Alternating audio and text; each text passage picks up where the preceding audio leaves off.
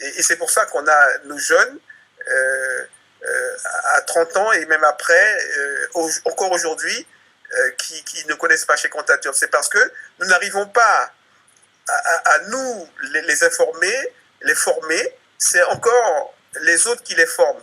C'est l'Orient et l'Occident. C'est pas nous qui les formons encore parce qu'on perd la guerre. On n'est pas bon. Il faut qu'on devienne bon. Ok. Bonjour à toutes et à tous et bienvenue au Goûter Panafricain épisode 18.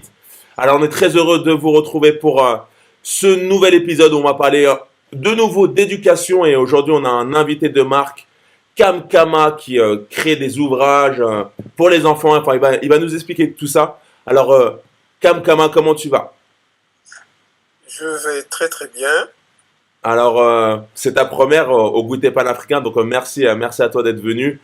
Et on va te poser des questions par la suite sur tes ouvrages. En tout cas, merci à toi d'être là. En haut à gauche, on a Hatchensout. Comment tu vas, Hatchensout? Oui, bonjour Thomas, bonjour Aton, et puis surtout bonjour Kama Saba. Bonjour, merci d'être avec nous, c'est une première, merci. Et en haut à droite, on a Aton. Comment tu vas, Aton? Moi, c'est Otep à tous déjà. Donc, on va souhaiter la pensée du jour pour que ces choses se passent au mieux pour notre prière du jour. Pensée juste, action juste et parole juste. Et on va essayer d'être au plus près de l'action avec notre invité que je salue bien bas. Très, très bien. Alors voilà, notre invité aujourd'hui, c'est Kam Kama Saba. Est-ce que tu pourrais te présenter Kam Kama pour les personnes qui ne connaissent pas, les abonnés, les auditeurs de Goûter Panafricain? Oui, avec plaisir. Et plaisir aussi d'être aujourd'hui avec vous, le Goûter Panafricain. Je suis Kam Kama Saba Makeda Makonda. J'aime bien me présenter en disant que je suis un Muntu de Guyane. Alors, est-ce que tu peux préciser quand tu dis ça? Oui, Muntu, c'est un mot congolais, alors précisément dans la langue Kikongo, qui signifie tout simplement une personne, terme qu'on retrouve aussi dans l'Égyptien ancien. Il y avait un pharaon qui s'appelait Muntu Hotep, qu'on peut traduire comme je suis la paix. Donc le mot Muntu, c'est une personne, c'est ce qu'on est. Et donc, je me présente ainsi, c'est la présentation que je fais en quatrième de couverture de tous mes livres, un Muntu de Guyane, pour qui le sens de la vie est de se mettre au service de nos tout petits qui sont plus que la prunelle de nos yeux. Ils sont les êtres qui sont pour nous les plus chers au monde. Voilà comment j'aime bien me présenter. Ok, très très bien. Est-ce que tu peux nous expliquer comment... donc, tu as dit que tu étais originaire de Guyane, mais oui. on sent que tu as un esprit qui va plus loin que la Guyane, qui est panafricain. Est-ce que tu t'intéresses au panafricanisme? Comment tu en es arrivé là, même à te désigner comme Muntu? Oui. Toute la genèse. Alors, un peu. Pour qu'on comprenne bien, je dirais un peu mieux, je dis aussi que je suis un des héritiers de la pensée de Cheikh Anta Diop. Oh. Et, oui, voilà, c'est qu'on appelle Kamit, le terme, je dirais, courant. Et c'est donc par les travaux de Cheikh Anta Diop que j'arrive, on va dire, à l'univers panafricain. Mais je dois confesser que c'était pas facile d'arriver dans les premiers temps parce que le terme Bunti que nous connaissons tous, j'en étais on va dire un. Alors, tu as dit le terme Bunti? Oui, Bunti. C'est-à-dire que le Bunti, comme on dit, est péjoratif, le noir qui est blanc à l'intérieur, c'est ça? Oui, c'est ce que j'étais 30 ans en arrière, avant de devenir un héritier, un continuateur de la pensée de Cheikh Anta Diop. C'est-à-dire c'est en le découvrant que tu as changé? Alors, oui, mais je dirais, le changement ne s'est pas fait instantanément. Il m'a fallu, on va dire 2 ans, même si ce n'est pas de manière continue. Mais une première fois, en 1986, j'ai mon grand frère plus âgé que moi de 2 ans qui me dit, il m'appelle au téléphone un soir d'avril 1986. Alors, avril 86, c'est 2 mois après le décès du Cheikh Anta Diop. Donc, pour la première fois, une personne, mon frère en l'occurrence, me parle de Cheikh Anta Diop. Il m'appelle au téléphone. À l'époque, c'était le téléphone fixe, il n'y avait pas de téléphone mobile.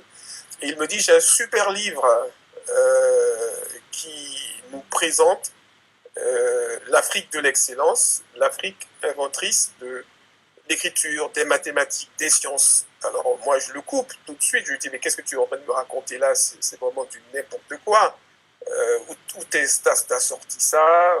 Alors, comme je n'arrête pas d'objecter, au bout d'une demi-heure maximum, il raccroche. Parce que, bon, j'ai envie de dire, ma tête est trop dure.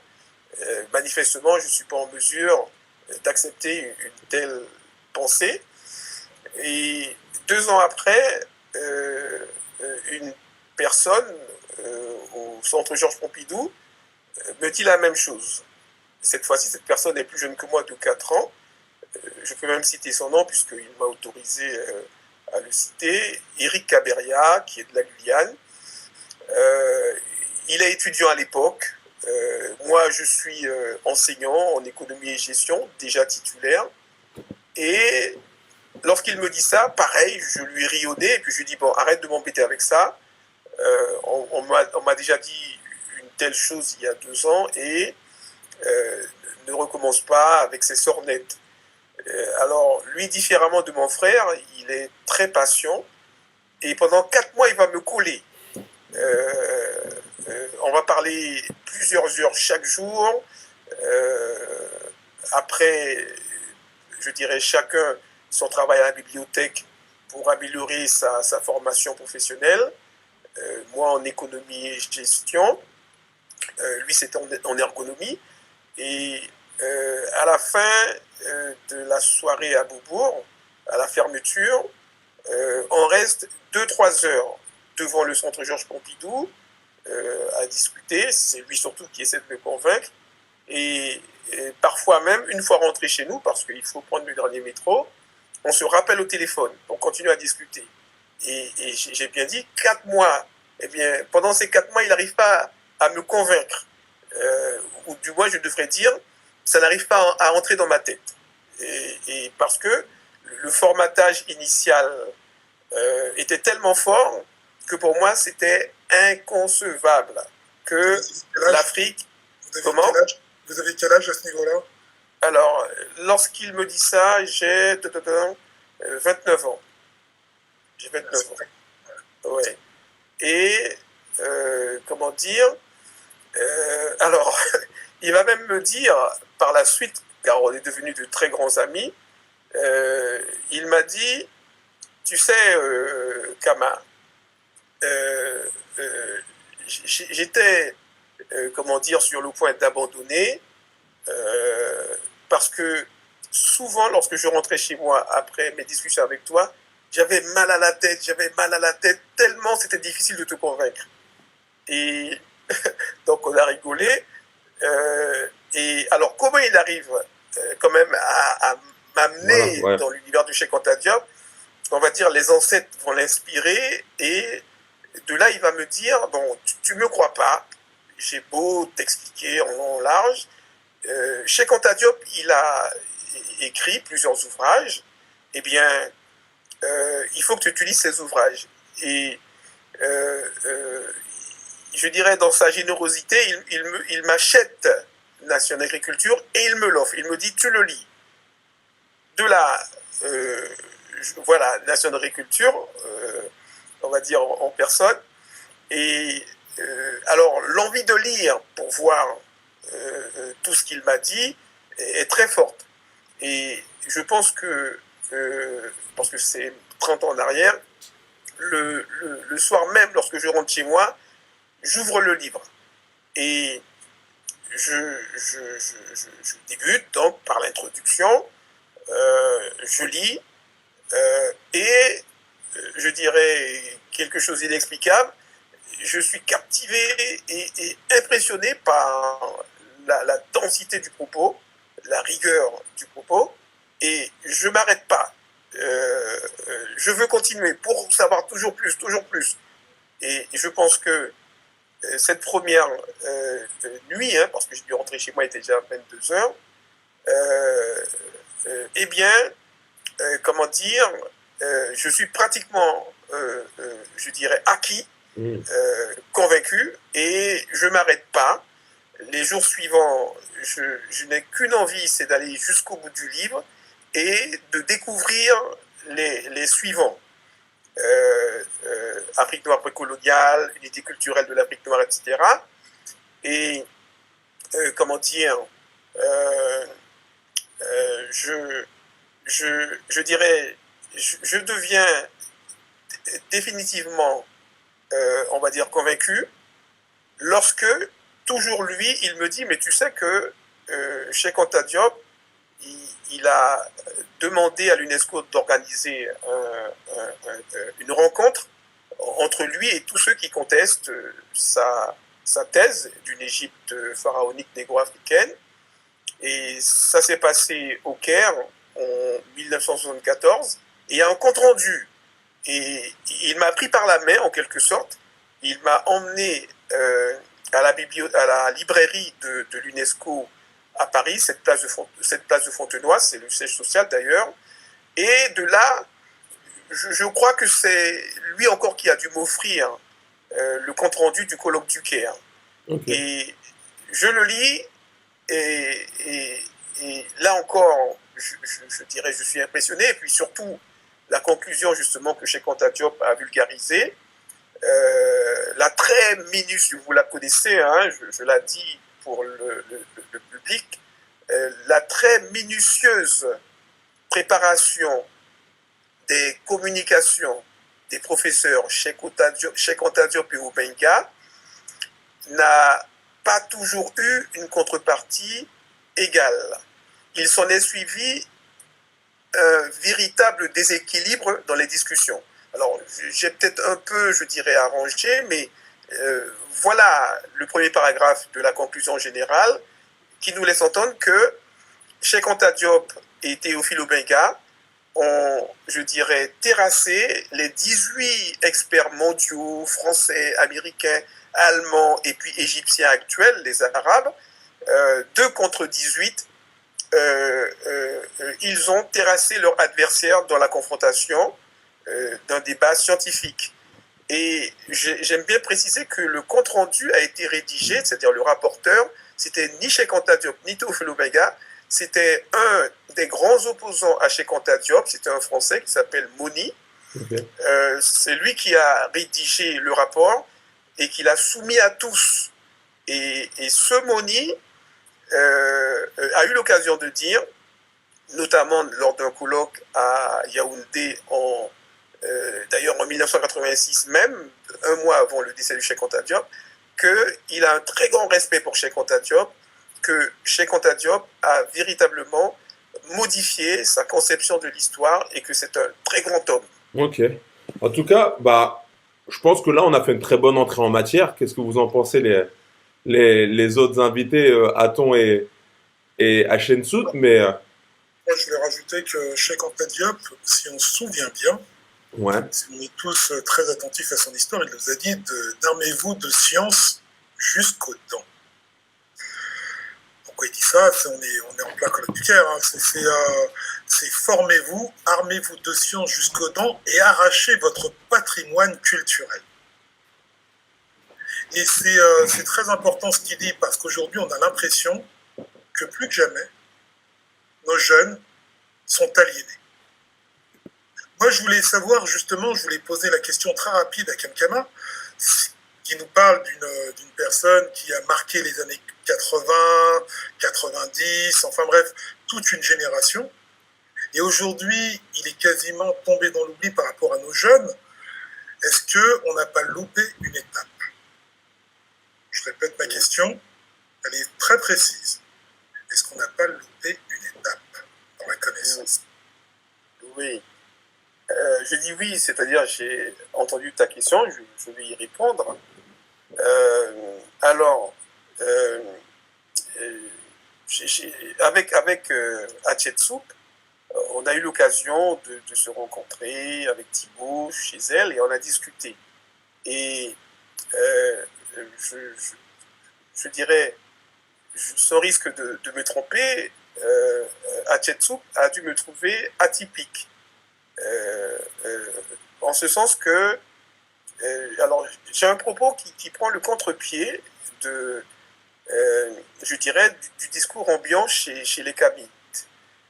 Tu as cité justement,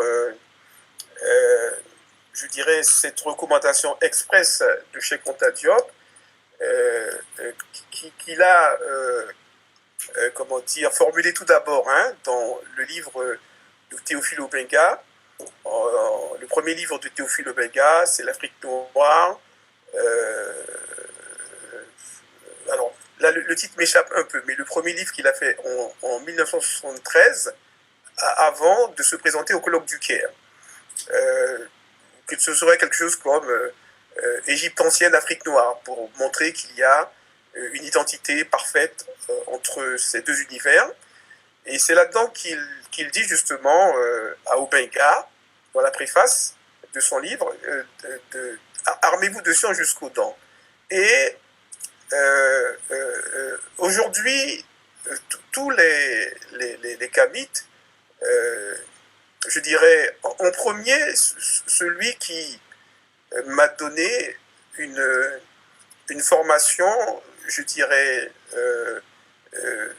très dense. Après le premier que j'ai cité, Éric Caberia, le deuxième, c'est Jean-Charles Couvi-Gomez. Rec Miré, le sèche Rec Miré, Couvi. Je dirais, c'est le premier que j'entends dire ça, que Cheikh Anta Diop nous a demandé de nous armer de science jusqu'aux dents.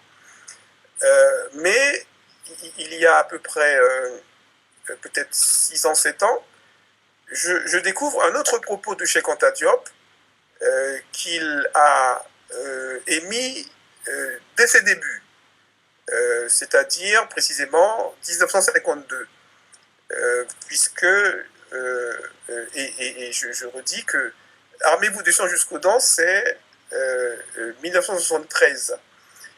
Et le propos que je vais présenter ici, très brièvement, de Cheikh Anta Diop, et c'est plus qu'une recommandation express.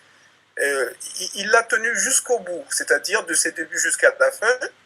Et dans la conférence qu'il a eue au Niger en 1984, il reprend ce propos. Donc, je vais dire, 84, c'est 2 ans avant sa mort. Donc, on peut dire que jusqu'à la fin, il a eu ce propos, mais pour moi, étrangement, ça nous a échappé.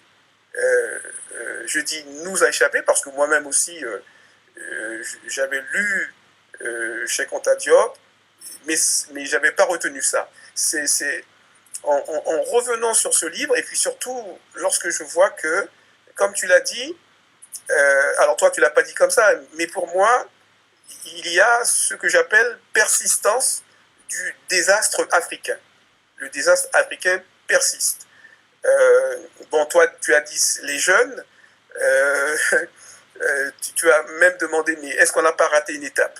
Eh bien, le on, pour moi, c'est nous les Kamites, les héritiers de sa pensée, qui, je dirais, ne soulignent, on va dire, une de ces 2 grandes recommandations, qu'une seule de ces 2 grandes recommandations. Et à côté, et j'ai même envie de dire au-dessus de armez-vous de science jusqu'aux dents, il a dit, j'aurais dû prendre le livre pour être plus précis, mais c'est dans l'article une idéologie politique de l'Afrique noire. C'est plus ou moins le titre, mais on vérifiera. Il dit l'objectif numéro un de la lutte que nous menons est la prise de conscience de tous les Africains de l'Afrique noire. Hein? Je répète, l'objectif numéro 1 de la lutte que nous menons est la prise de conscience de tous les Africains de l'Afrique noire. Il se trouve que nous, les Kamites, à ce jour, nous ne nous employons pas à conscientiser tous les Africains de l'Afrique noire. Nous nous employons à surtout conscientiser les élites, j'ai envie de dire, universitaires. Je dis ça parce que notre production d'ouvrages, c'est surtout pour une élite universitaire. Autrement dit, pour ce qu'on appelle les masses africaines, il n'y a pratiquement rien du tout. Et au cœur de ces masses, les enfants, c'est je dirais, pratiquement zéro production d'information pour eux.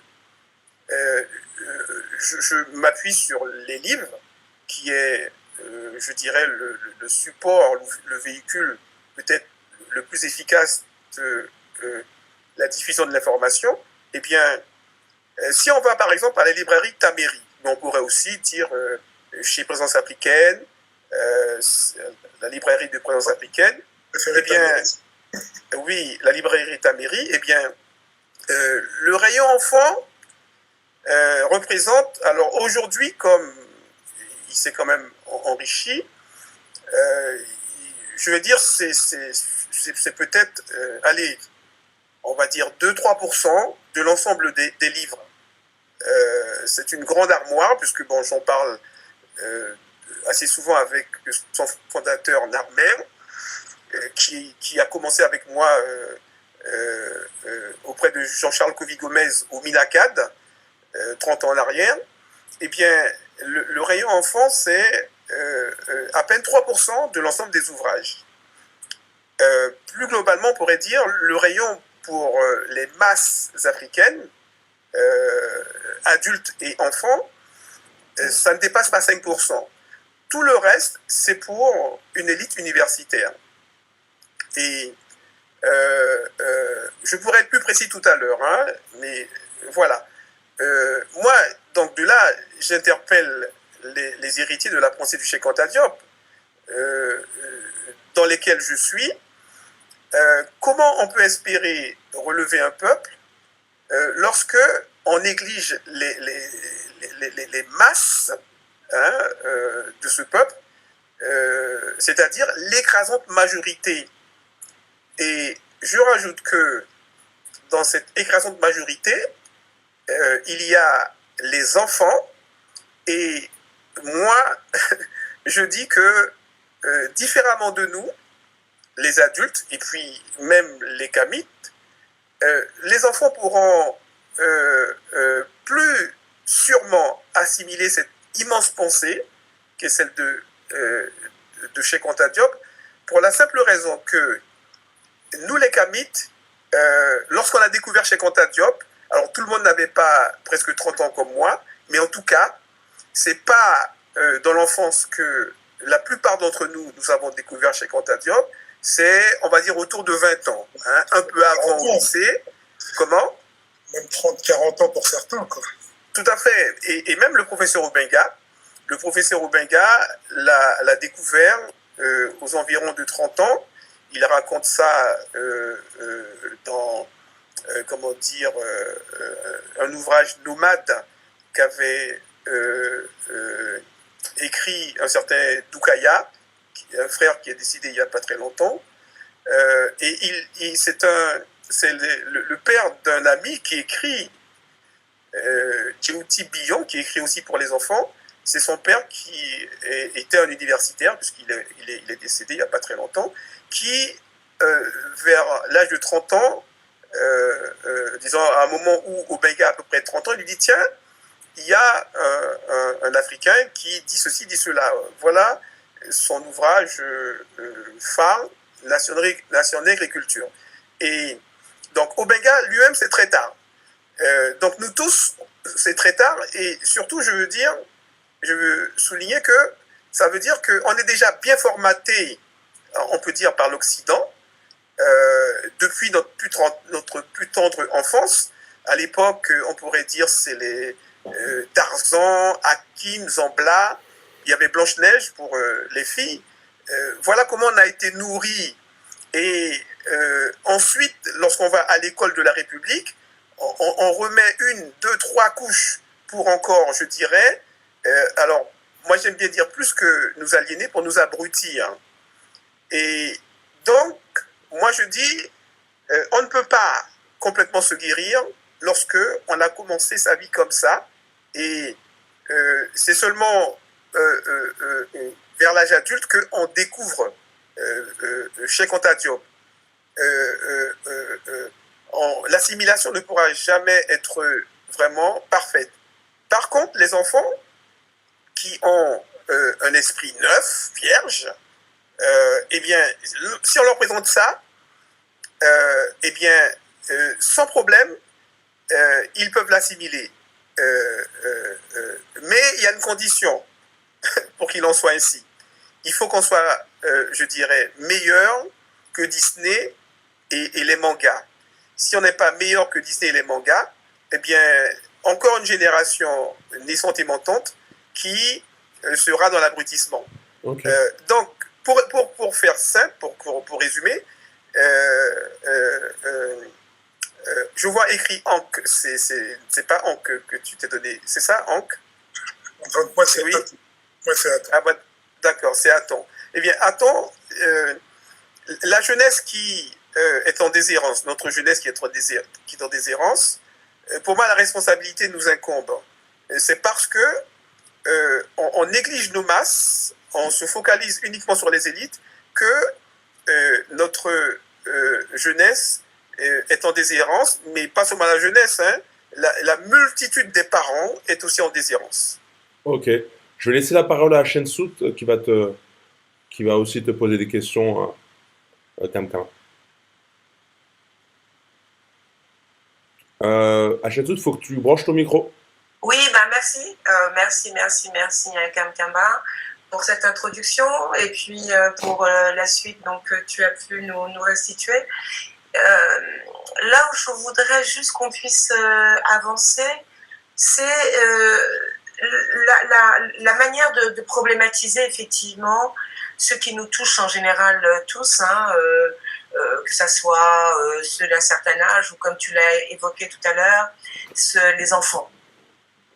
On a le sentiment, et même on a le sentiment pas uniquement, on a le sentiment plus généralement, mais on vit avec une maladie que je définirais comme de l'aliénation et que l'antidote c'est Cheikh Anta Diop. Vous voyez, c'est-à-dire que on énonce quelque chose que l'on porterait en soi, qui est une aliénation, et que curieusement les enfants, alors que théoriquement les enfants donc sont là pour pouvoir dépasser leurs parents, et ils sont en quelque sorte une feuille vierge, hein, si je prends cette image-là, et on imprime quelque chose pour pouvoir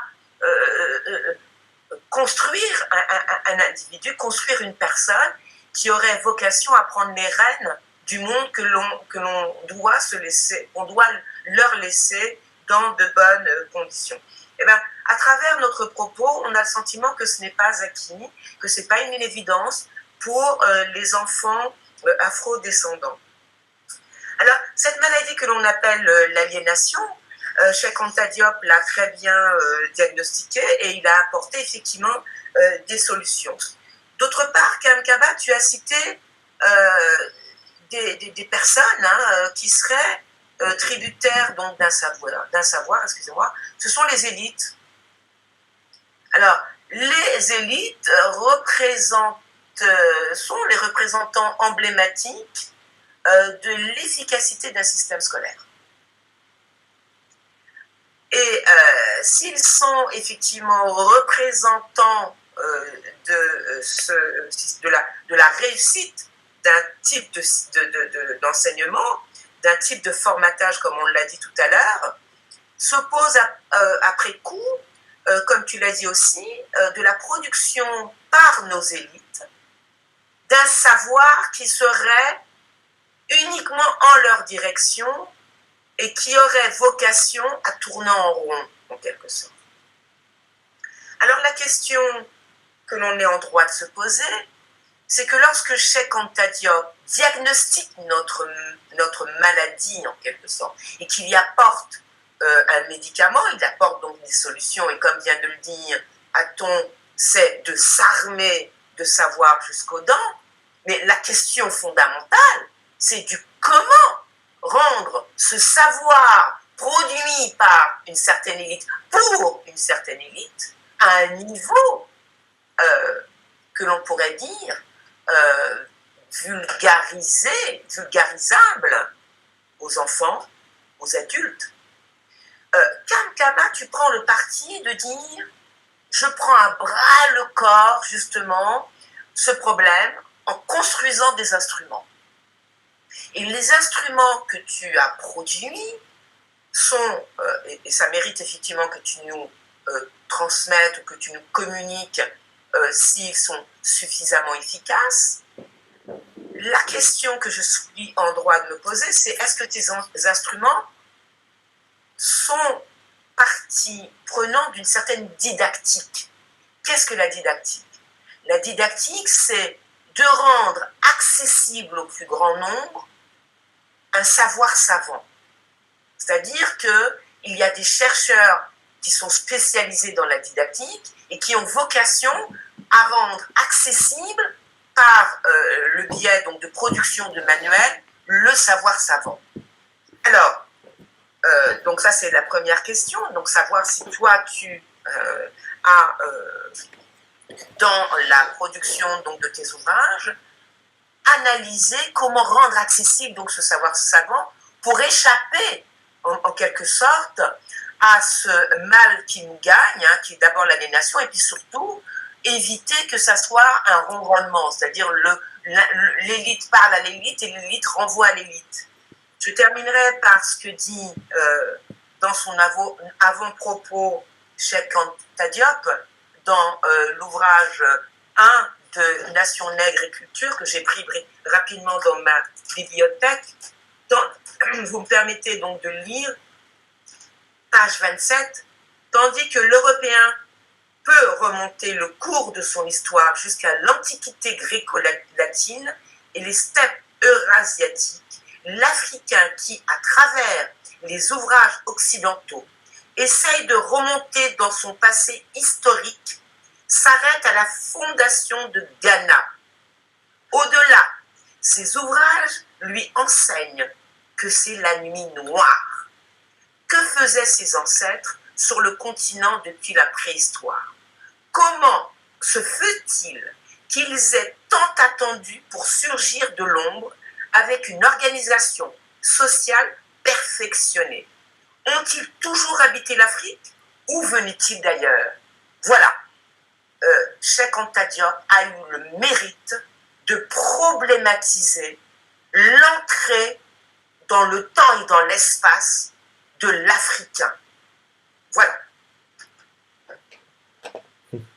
Donc, Kamkama, ma question, c'est justement, comme je viens de l'énoncer, tu as pris donc la décision de rentrer dans la bataille, et cette bataille nécessite des armes, une réflexion, pour justement que la question de l'aliénation puisse être abordée au plus jeune âge. Est-ce que les ouvrages sont pensés de manière globale pour un type de public avec des outils, des éléments de langage, des données historiques, voilà, qui puissent permettre à l'enfant de pousser. Donc tout le terme de éducation d'élever. Exactement, tout à fait, Hatshepsut. Ma gamme de livres, et je devrais dire plus largement d'ouvrages, car au livre, je viens d'ajouter des posters, j'ai l'intention aussi de faire des puzzles, des jouets, des poupées couper, bien Ah, entendu. juste excuse-moi Oui. de te couper, Mhm. juste pour qu'on précise à nos abonnés et aux auditeurs, c'est que toi, tu es un auteur de livres dessinés pour les enfants, principalement. C'est ça? Alors, pas, alors, plus largement pour les masses, Pour justement, les masses, voilà. Et comme disait Hachem Sout, oui. donc est-ce que toi, comme tu dis, tu es héritier de la pensée de Cheikh Anta Diop, est-ce que tu arrives, avec tes livres, à, entre guillemets, rendre plus accessible ces pensées qui faisaient partie d'une élite pour les masses? En gros, c'est ce que tu Tout arrives à, à, ce que tu arrives à faire ça. oui, je peux dire oui. Euh, Depuis 9 ans maintenant que j'écris, euh, je croise beaucoup de gens, j'ai des échos et les, les- les parents et les enfants sont ravis. Et j'ai même des personnes qui me disent, ça fait longtemps que j'espérais avoir ce type d'ouvrage pour mes enfants. Par exemple, j'ai croisé une fois une famille, père, mère et les 2 enfants, et la mère que je croise la première, parce que le mari était un peu en retrait, elle me dit, mais ça fait des années et des années que j'attendais de tomber sur ce type de livre. Là, ma plus grande fille, elle a 11 ans, mon garçon plus petit a 8 ans, et c'est seulement là, à ces 8 ans, que enfin je tombe sur ce type de livre. Et donc, elle me remercie avec, je dirais, tellement de chaleur et d'émotion que moi-même, je dirais, j'étais ému. Et ça s'est arrivé plus d'une fois, parce que il y a une frange je dirais, d'Africains, tout en étant anonymes, mais qui ont saisi l'essentiel.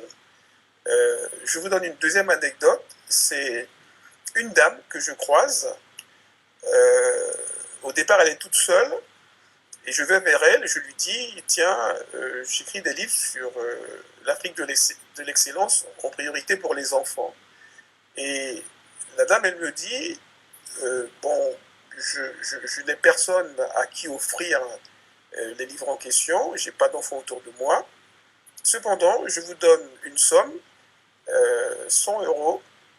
Vous, vous allez, avec cette somme, offrir à des enfants dont les parents ne peuvent pas leur offrir de livres. Vous allez offrir donc à des enfants, au fil de votre chemin, des ouvrages de ma part. Euh, donc voilà une personne, on va dire, anonyme, mais qui pour moi a compris l'essentiel. Et je vous dis, j'aurais en pagaille des anecdotes de ce type à vous raconter. Et comment dire, donc en priorité les enfants, mais les enfants qui ont l'esprit très ouvert, j'aime bien dire, ils aiment les bonbons, mais ils aiment autant les livres. Ils ont une curiosité d'esprit que nous on n'a plus, je dirais parce que avec pas avec l'âge, mais surtout avec l'éducation qu'on reçoit, notre horizon se ferme. On va dire, on se limite à un petit nombre de choses. Alors qu'un enfant, tout petit, il est ouvert à tout, il regarde partout, il veut toucher, euh, il veut tout faire. C'est nous qui, dans l'éducation qu'on leur donne, on les arrête. Souvent, on va dire parce que là, c'est dangereux, mais pas seulement parce que c'est dangereux, c'est parce que pour nous, cette voie-là n'est pas bonne. J'ai envie de dire, par exemple, l'enfant, euh, il pourrait s'intéresser au vaudou, car il s'intéresse à tout, mais nos parents, très souvent, ils vont dire, non, tu iras dans le christianisme, ou tu iras dans l'islam. Donc, tout ça, ça participe de l'éducation. C'est pas seulement, comment dire, ne va pas là parce que c'est dangereux, ne touche pas à ça parce que c'est chaud ou ça va couper, mais c'est aussi une orientation religieuse, spirituelle qu'on va leur donner, où ils vont, je dirais, au fil du temps, restreindre leur curiosité, hein, comme ça s'est passé pour nous. Hein. Donc, pour être précis, Hatshepsut, mes livres, justement, ma gamme de livres est construite, comment dire, à partir, je dirais, de ce constat que j'ai fait, c'est-à-dire nous négligeons les masses africaines, alors que c'est l'écrasante majorité du peuple, et plus que ça, dans les masses, il y a les enfants qui sont les seuls à même de vraiment intégrer cette pensée parce que leur pensée étant vierge, pour eux, que ce soit Disney ou Cheikh Anta Diop, mais bien entendu, Cheikh Anta Diop, adapté à leur, je dirais, développement mental. Parce que certains, lorsque je vais leur dire, tiens, je présente Cheikh Anta Diop aux enfants, ils vont me dire, mais monsieur, c'est insensé ce que vous dites. On ne va pas, comment dire, donner nation, nègre et culture à un enfant.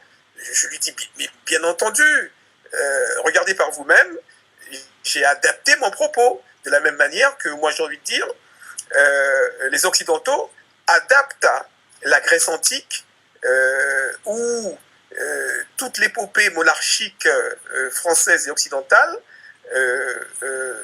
pour les enfants, et ça donne la Reine des Neiges, notamment, où on peut voir dans le décor, parce que nous, peut-être ça nous échappe, mais les enfants captent tout ça. Et c'est ça même qui va les ravir.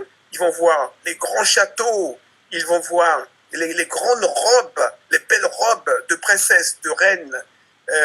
Et puis, ceux qu'on nous a appris à adorer, peut-être plus les hommes que les femmes, c'est les cheveux blonds, longs, comment dire, lisses, les yeux bleus. Si, attends, il y a des exceptions. Je sais que il y a des exceptions, mais alors c'est l'homme noir, peut-être on pourrait dire avant tout, mais comment dire, sur Terre, beaucoup d'hommes ont pour idéal de beauté la blonde aux yeux bleus. C'est pas seulement Carambeu, c'est une majorité. On peut le voir. Regarde lorsque je dirais, nos stars du sport notamment ont réussi, mais pas seulement en sport. Eh bien, ils ont qui à leurs bras? Ils ont une blanche et s'ils peuvent, une blonde aux yeux bleus. Hein? On parlait tout à l'heure avec Thomas, justement, on parlait justement de ça. Et c'est vrai qu'on avait une petite réunion tout à l'heure et on parlait notamment un grand footballeur qui s'appelle Lilian Thuram et on discutait de ce thème. Mais bon, vas-y. Oui, non, mais c'était donc pour dire que donc, ma gamme de livres est conforme à, je dirais, ce constat, triste constat que j'ai fait, c'est-à-dire nous négligeons les masses alors que, je dirais, la renaissance africaine, le redressement de l'Afrique, ne peut pas se faire sans elle, et c'est, je dirais, par elle surtout, les masses, que l'Afrique peut se relever. Moi je dis, nous, les élites, on est des éclaireurs, on est des guides, et surtout lorsqu'on est, comment dire, pour moi, élite panafricaine, je considère que les panafricains, ce sont ceux qui ont l'amour de l'Afrique avant l'amour de leur personne ou de leur clan. Eh bien, cet amour-là, je dirais, nous rend légitimes dans, comment dire, l'élévation du peuple, car ce que nous voulons, c'est un peuple, comme le dit Cheikh Anta Diop, qui a une parfaite prise de conscience, je dirais, de son monde.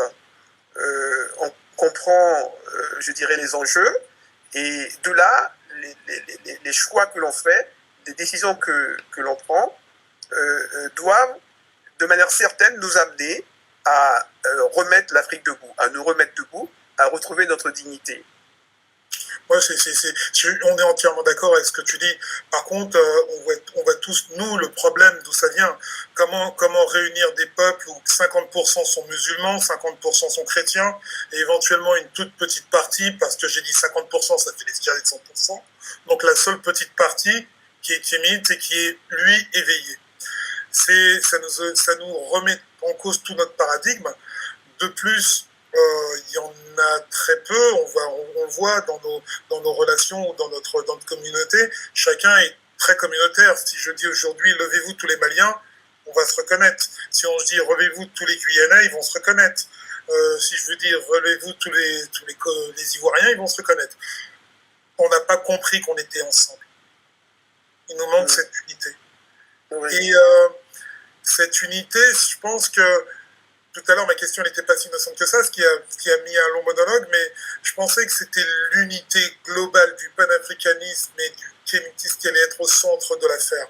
Mais aujourd'hui, on s'aperçoit que l'ignorance est la tare de toute divinité chez nous, dans notre communauté. Et je suis très triste de voir ça, puisque aujourd'hui, on l'a dit, hein, on a des jeunes qui ont 30 ans, 40 ans et qui découvrent aujourd'hui le panafricanisme, ce qui n'est pas normal. Toute communauté normale est censée, et on l'a vu dans nos anciens podcasts, notre ancien podcast qui est juste derrière, c'était l'école panafricaine. Aujourd'hui, on voit bien que les seules communautés qui n'ont pas d'école panafricaine, c'est la nôtre. Oui. Est-ce qu'il ne nous faudrait pas commencer par ça? Oui, mais comment dire, si tu veux, j'insiste sur le fait que si il en est ainsi,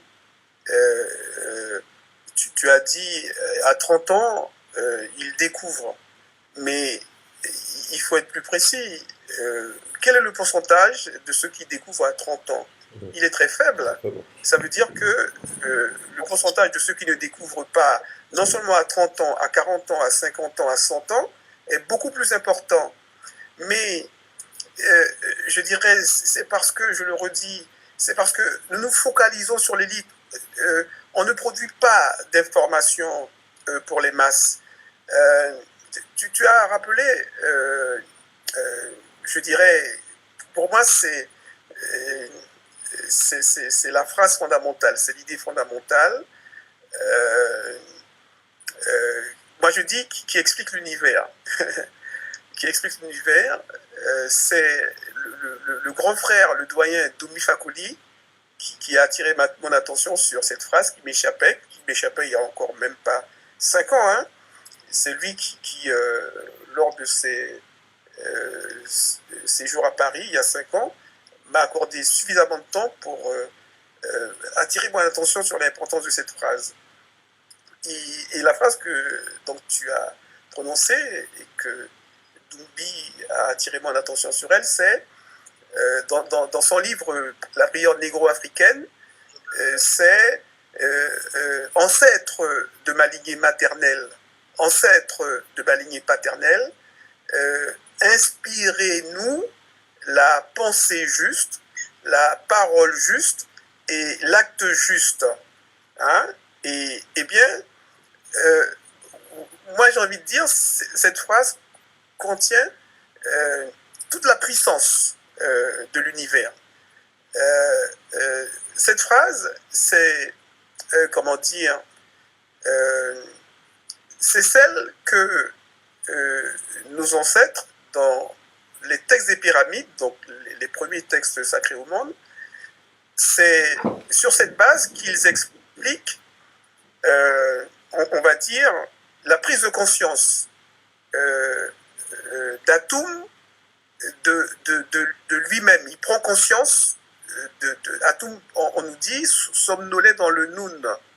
Et oui, dans le Noun, dans le Nomo, diraient d'autres, notamment Yopurika Somé, comment dire, que j'ai lu et qui a produit un ouvrage que j'ai beaucoup apprécié. Eh bien, il somnolait dans les eaux primordiales et, on va dire, à un moment donné, il prend conscience de lui-même. C'est une inspiration. C'est une inspiration, parce que justement, lorsqu'on dit « inspirez-nous la pensée juste », etc., en fait, c'est une inspiration. Inspiration que moi, je dirais, je traduis à notre niveau par l'information. C'est une information, je dirais, on peut dire qui vient à nous, qui va nous conduire ensuite à une pensée. Et cette pensée, en fait, c'est la prise de conscience de son potentiel, ses capacités infinies, ou à tout le moins énormes. On prend conscience de son énorme capacité de faire, de créer, de réaliser. Hein? C'est pour ça que chez Anta Diop, il dit, notamment dans l'introduction de Civilisation ou barbarie, à la fin, ce que nous voulons, mais il le dit aussi hein, à la conférence de Niamey, il le dit, ce que nous voulons, c'est réveiller le bâtisseur de nations qui est en vous, le créateur. Hein? Et bien, ce réveil consiste en la prise de conscience de son génie créateur. Et ça vient d'une information, ça vient de l'inspiration. Et c'est comme ça que dans les textes des pyramides, que nos ancêtres décrivaient, on peut dire, l'émergence du créateur des créateurs, du créateur de l'univers. Hein? C'est une inspiration. Comment? C'est de la science, oui, tout à fait. Oui, ah oui, il n'y a pas plus grande science que, je dirais, que ce livre, c'est de la science. Et ça, les Occidentaux, notamment, les Allemands en particulier, mais les autres aussi, savent en quoi, effectivement, c'est la science la plus élevée qui soit. Et c'est Omotunde qui rappelait que lorsqu'il y a eu ce qu'on appelle la campagne d'Égypte de Napoléon, en fait, il n'y avait pas seulement la France, il y avait les trois grandes puissances mondiales de l'époque, c'est-à-dire l'Allemagne et la Grande-Bretagne, qui étaient déjà plus grands, avaient une plus grande puissance que la France, et ils se sont livrés une guerre, notamment la France et la Grande-Bretagne. La Grande-Bretagne gagne cette guerre. Alors, pas seulement, comme on le dit très souvent, pour prendre le contrôle du canal de Suez, qui doit permettre d'aller plus rapidement vers les Indes, mais, et ça, même Wikipédia le dit, si vous tapez campagne d'Égypte Wikipédia, vous verrez que on nous dit, en fait, il y avait deux grands objectifs à ce qu'on appelle la campagne d'Égypte, de Napoléon et de ces deux autres grandes nations, grandes puissances. C'était certes prendre le contrôle du canal de Suez, mais aussi prendre possession des trésors de l'Égypte antique, des trésors et de la connaissance qu'il y avait en Égypte antique, notamment consignés dans les papyrus ou encore dans les sarcophages, les textes des sarcophages, et plus encore en amont dans les textes des pyramides. Et celui qui a fait la plus grande razzia sur les papyrus, alors ce sont surtout les papyrus de ce qu'on appelle le livre des morts, hein, et que nous, on traduit par le livre de la sortie à la lumière du jour. Eh bien, ce sont les Allemands qui ont fait la plus grosse razzia. Et alors, Omotunde l'a dit, et moi je reprends cette idée à mon compte, eh bien, ce sont ceux qui ont pris le plus de connaissances dans cette Égypte-là, qui, comment dire, se sont le plus élevés au rang de grande puissance. À l'époque, donc, Allemagne et Grande-Bretagne. Et les États-Unis qui arrivent après, à leur tour, ont tout fait pour aussi prendre de cette connaissance, etc. Et comment dire, donc je disais ça, j'essaie de retrouver rapidement, c'est pour dire que c'est l'information, c'est la connaissance qui est comment dire, l'énergie la plus pure, on va dire, la représentation de la puissance. Einstein a dit quelque chose de presque ça. Il dit en gros que il y a plus puissant infiniment plus puissant que l'énergie atomique, c'est la volonté.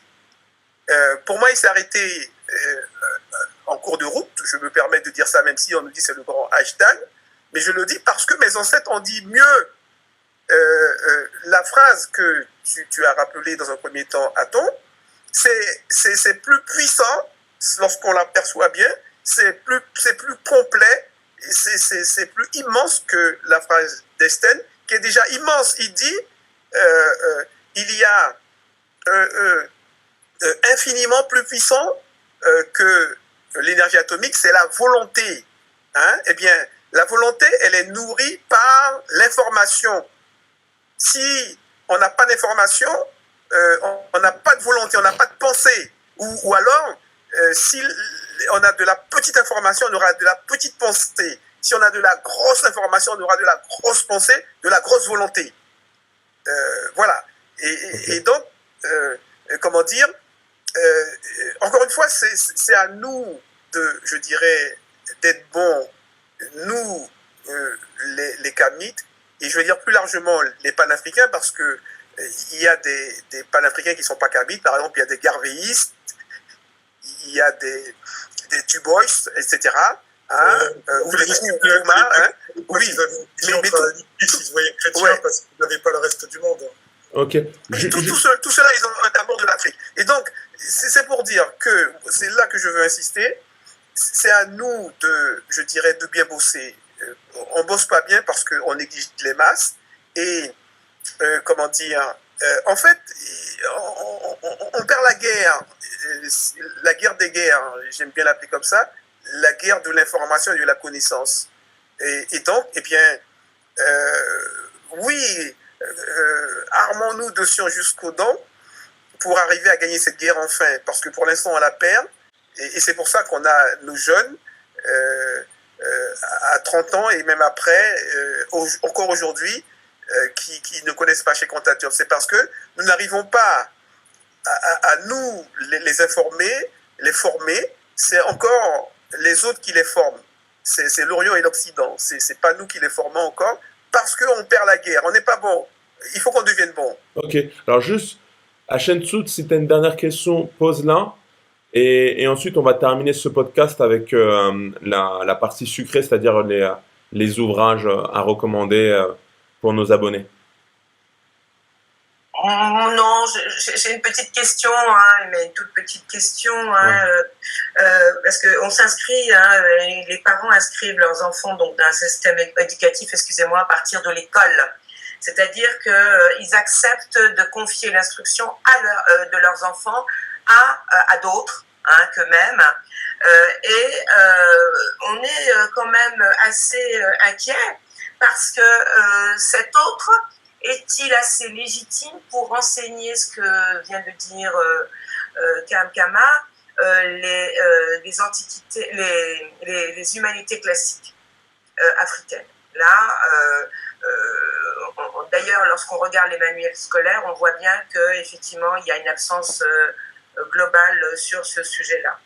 Il y a d'autres choses, hein, c'est lorsque effectivement le système scolaire, à travers de l'école, de l'université, etc., prend en charge effectivement l'instruction des enfants, elle pose effectivement un minimum. Et dans ce minimum-là, elle indique donc là au travers donc, du socle commun que l'enfant doit sortir du système scolaire en sachant lire, compter, etc. Lorsque la France va en direction de l'Afrique par le biais donc des institutions de la francophonie, au travers des manuels scolaires qu'elle distribue donc sur le continent, elle pose quand même l'idée qu'elle s'arroge le droit d'instruire, d'alphabétiser effectivement les masses africaines. Donc, c'est quand même quelque chose d'assez effarant. Donc, la question que je voudrais poser à Kamkama, qui est très brève et qui est très, très courte, est-ce que, au travers de tes ouvrages, pour les enfants qui ne savent pas lire, est-ce que tu as envisagé quelque chose, une méthode ou quelque chose? Est-ce que pour toi, au niveau des fondamentaux, comme on pourrait le penser, l'éducation nationale, ce grand système, il s'arroge le droit d'instruire. Est-ce que pour toi, tu instruis l'enfant en lui apprenant à lire, à avoir le goût de lire? Alors, oui, mon intention, c'est notamment de développer ce goût de la lecture, je dirais de l'entretenir, parce que j'ai envie de dire, il y a un certain pourcentage des nôtres qui ont ce goût. Euh, à un âge, je dirais, alors assez avancé pour moi, c'est à 6 ans, 7 ans, 8 ans. Mais ils l'ont acquis avec, je vais dire, l'éducation étrangère, que j'ai définie comme précisément orientale ou occidentale aujourd'hui. Et donc, je dirais c'est un minimum, le goût de la lecture, mais ça ne suffit pas. Il faut les amener à, je dirais, aimer découvrir l'Afrique et surtout l'excellence africaine. Et ça, c'est encore notre job. Tu m'avais déjà amené, je dirais, sur ce terrain tout à l'heure en me disant l'école. Et moi, j'ai fini par comprendre ces dernières années que, en fait, l'école, c'est un compartiment de, je dirais, ou alors on va dire c'est un des centres de notre formation, on peut dire intellectuelle et spirituelle. Et en fait, cette formation, elle commence bien avant l'école, dès la première tétée. Notre éducation commence, hein, éducation au sens large. Et la famille, les médias déjà, hein, aujourd'hui, commencent déjà à nous former, à nous formater. Donc, il ne faut pas qu'on se focalise uniquement sur l'école. Il faut voir plus large. Il y a plusieurs pôles, on pourrait dire, de formation, d'éducation ou de formatage. Comment dire, plus que ça, je dirais, moi, j'écris, certes pour que nos petites têtes noires, par opposition à l'expression que vous connaissez, les petites têtes blondes, nos petites têtes noires, comment dire, découvrent l'Afrique de l'excellence et sur cette base vont avoir l'amour de l'Afrique et à travers l'amour de l'Afrique, l'amour de soi, ce qu'on appelle souvent l'estime de soi, la confiance en soi, qui sont les leviers à partir desquels on va dire, on réalise les plus grandes, je dirais, on fait les plus grandes inventions. Hein. C'est lorsque on est en toute confiance, hein, qu'on arrive à ça.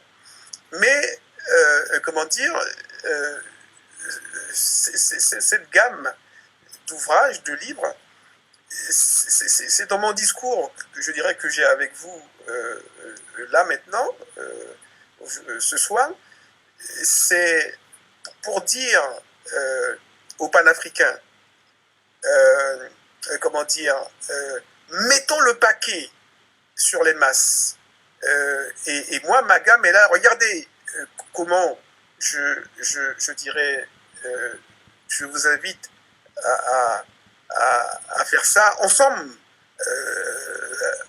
avec moi entre autres, mais comment dire, j'ai envie de dire avec Djewouti Billon, avec Jalissa Sekhmet, avec Omotunde aussi, avec Juliette Esmeralda, et bon, ma petite sœur Grandeur Noire, Safia, hein, avec ce petit noyau-là. Mettons-nous tous au minimum notre grosse pointure, Obenga, Gomez, comment dire, Bilolo, Bogbasson, eh bien, au moins, dites-le à chaque occasion qu'il faut, comment dire, submerger nos masses d'informations. Donc moi, c'est ça, en fait, ce à quoi je veux arriver. Et mes livres sont je dirais, un exemple de ce qu'on doit faire impérativement. Et ça, moi, je redis, je ne le dis pas parce que je l'ai trouvé moi-même. Pour moi, c'est dans Diop que c'est formulé, ça, cette incitation. Et je redis, lorsque Diop, il dit l'objectif numéro 1 de la lutte que nous menons, c'est la prise de conscience de tous les Africains de l'Afrique noire. C'est dans l'article, le titre m'est revenu, une idéologie africaine.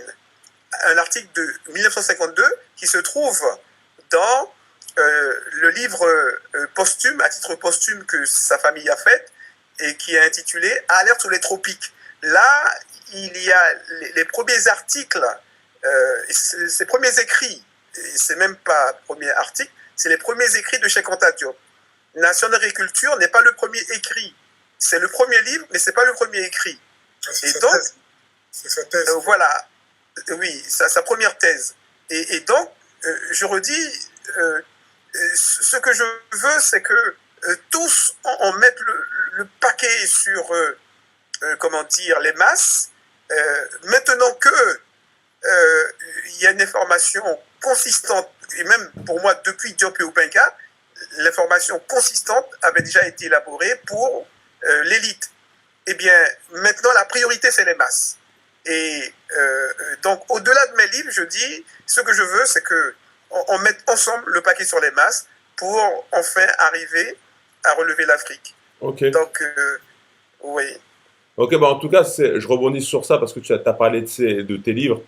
Et bah, ça serait bien de conclure le podcast avec la note sucrée, le dessert, et donc la présentation de tes livres, tes ouvrages, comme tu as dit, comme ça va forcément intéresser nos abonnés et pourquoi pas aussi les plus jeunes. Donc, vu que c'est destiné aux masses, ça serait bien que tu nous présentes tes ouvrages et ensuite, à Ton et à Shensu, si vous avez aussi des ouvrages à partager pour terminer ce podcast.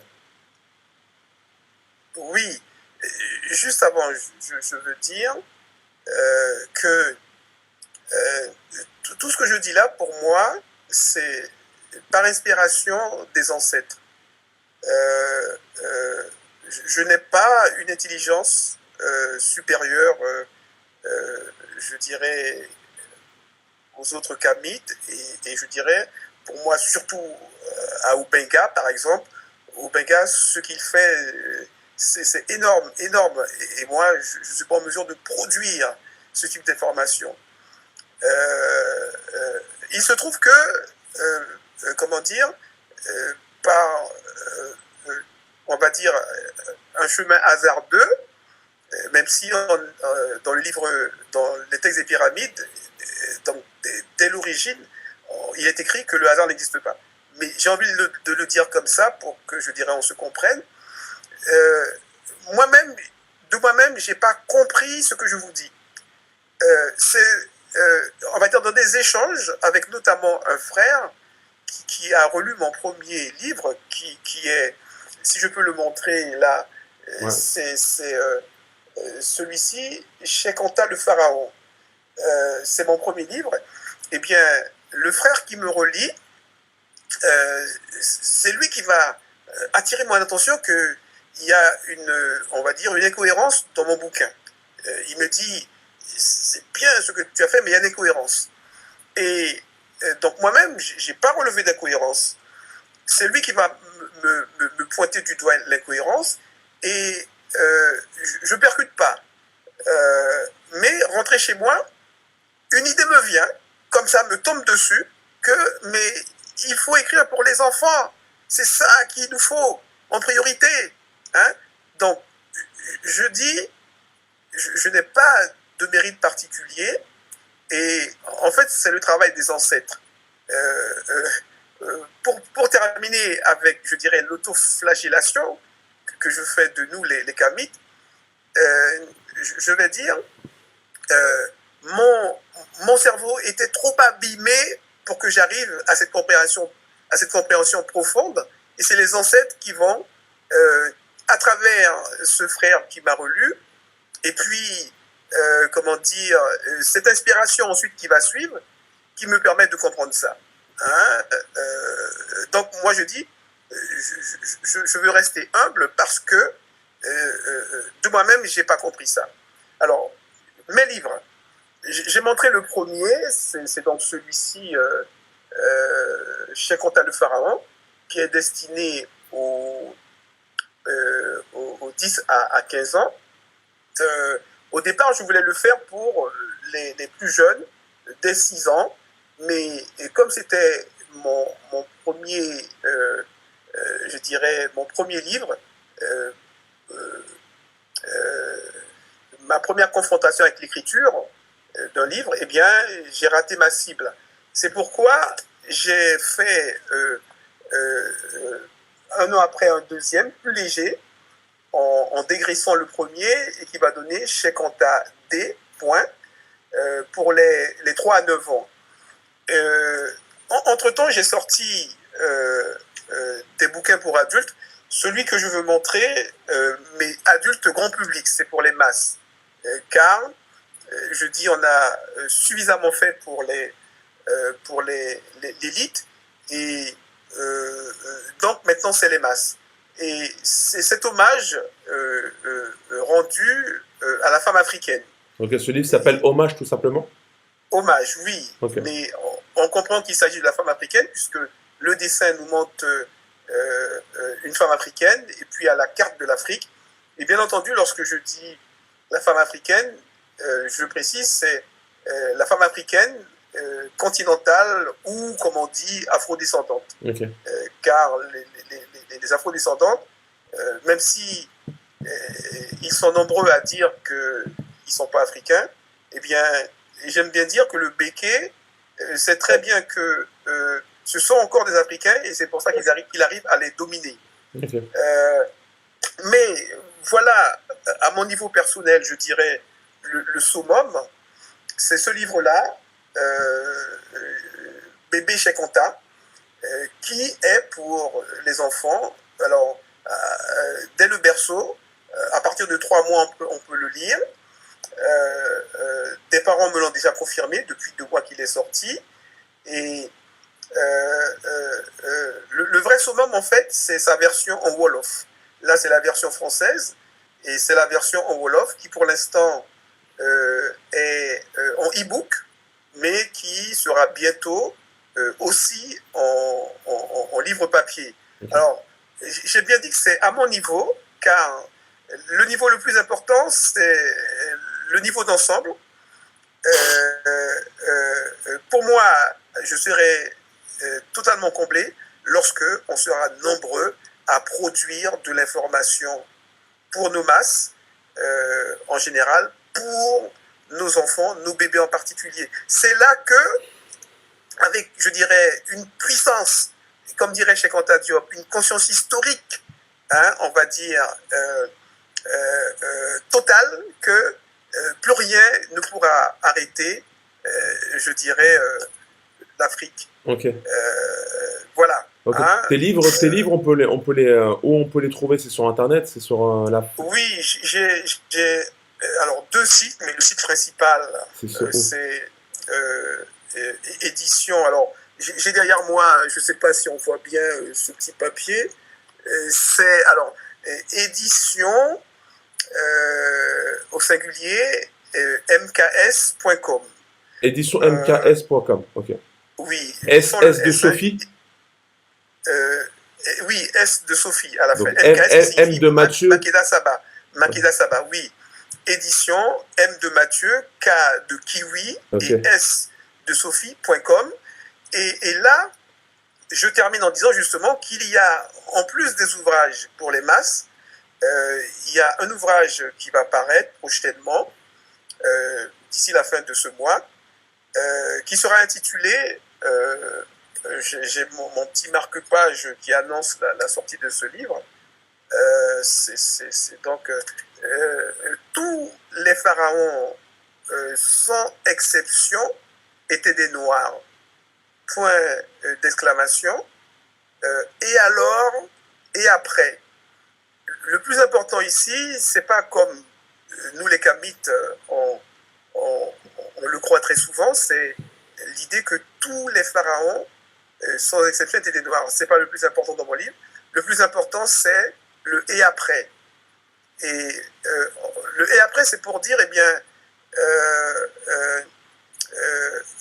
est-ce que cette vérité historique que tous les pharaons étaient des noirs, hein, il n'y a pas que ce qu'on appelle que les blancs ont appelé les pharaons noirs, est-ce que, comment dire, on fait en sorte que tous les Africains de l'Afrique noire en profitent, hein, Ok. de cette vérité historique. Ok.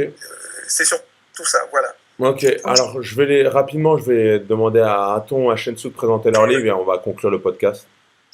Ouais, moi c'est dommage parce qu'on a oublié le Songé de 1802 et on a oublié le Léon contre Damas pour parler de. Je voulais en parler, mais bon, c'est pas grave. Ce sera une prochaine fois. Donc moi je voulais parler simplement, alors j'en avais plusieurs sur le coude, je vais reprendre celui-là, moi c'est toujours des livres pour enfants, on va rester sur les enfants, on en a discuté tout à l'heure avec Thomas, c'était Christiane Taubira qui est magistrate, hein, et qui nous dit Est-ce que tu peux redire le titre pour ouais, c'est Christiane Taubira, l'esclavage raconté à ma fille. Donc Okay. c'est toujours pour les enfants, c'est toujours sympa, et c'est bien d'avoir cette réponse-là, puisqu'il y a plein d'enfants qui se posent plein de questions, et qui posent des questions à leurs parents, toujours les mêmes questions, hein. Une mère engagée répond à de nombreuses questions de sa fille. De ce dialogue s'est construit au fil un étonnant et une indignation et une admiration, un livre aussi passionnant que nécessaire. Bref, je vous conseille à tous, c'est tout petit, c'est pas très grand, donc je pense que tout parent pourrait lire ça. C'est Taubira qui fait ça et c'est vraiment sympa. Moi, j'ai adoré. J'ai adoré le petit livre de Taubira. Ouais. Très, très bien. À Shensu Moi, je conseillerais donc de lire donc, les livres de... Ah oui, bien sûr. Voilà. de Kama. Avant tout. Très, très bien. En tout cas, merci à vous. Merci à toi, Kama Saba, d'avoir participé à notre podcast, d'avoir raconté ton histoire et notamment que tu es un héritier de Cheikh Anta Diop. Donc, c'est un grand honneur de t'avoir avec nous et d'avoir présenté aussi tes ouvrages. J'espère que la plupart des abonnés iront lâcher le plus rapidement possible. Donc, je rappelle, c'est sur les éditions MKS si vous voulez vous procurer les ouvrages de Monsieur Kama Saba. Pensez bien sûr à vous abonner à ce podcast. Vous pouvez nous retrouver sur YouTube et sur les plateformes de podcast, Google Podcast, SoundCloud, etc. Pensez à commenter, à laisser un like aussi, un j'aime pour nous aider à se faire référencer dans YouTube. Et qu'est-ce qu'on peut dire de plus? Encore bonne continuation à toi, Kama. On aura le plaisir de retrouver dans d'autres podcasts. Et bonne continuation à tout le monde et à la prochaine en tout cas.